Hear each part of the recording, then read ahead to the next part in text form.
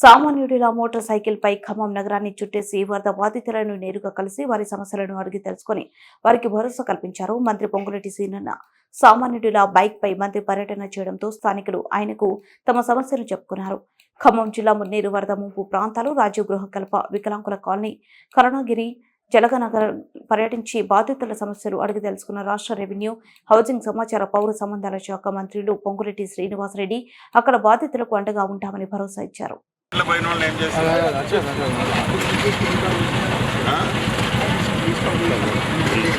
Apply చేసుకో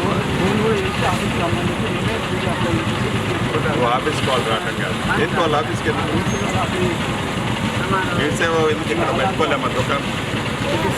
దుకాణం ఏడు పెట్టి చేపించి అయిపోయింది మనం షిఫ్ట్ చేసుకో. స్టడీ సర్టిఫికేట్స్ వాళ్ళు మాత్రం రావట్లేదు సార్. కలెక్టర్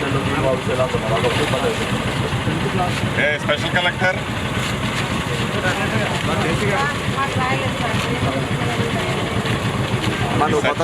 సంబంధించి వాళ్ళు ఏ ఆఫీస్కి రారు.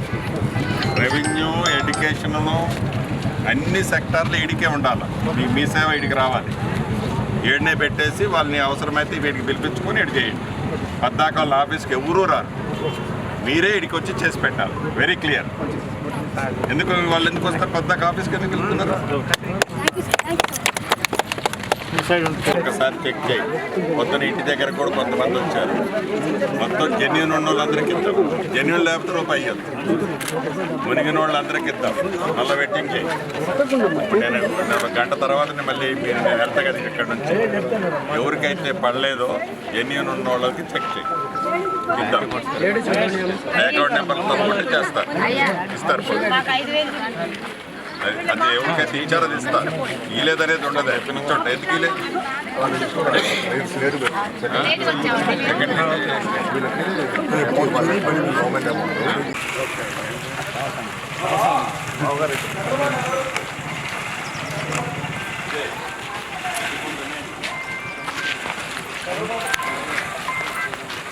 ఇక్కడ ఊళ్ళో ఉండదు.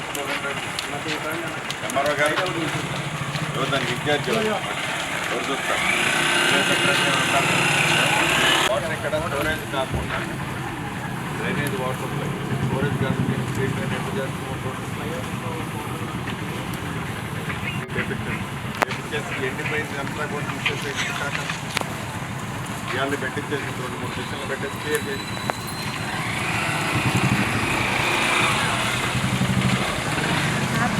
కూడా చిన్న డ్రైన్ అంటే ఈ సాసర్ డ్రైన్ టైప్ ఉంటుంది కదా, అలా పెట్టు. చిన్న రోడ్లు కదా ఇవి పెట్టేసేసి జస్ట్ రోడ్డుకి ఎంతవరకు కరెక్షన్ చేస్తాం. జిఎస్బి లాంటిది మెటల్ కలిపేస్తాం.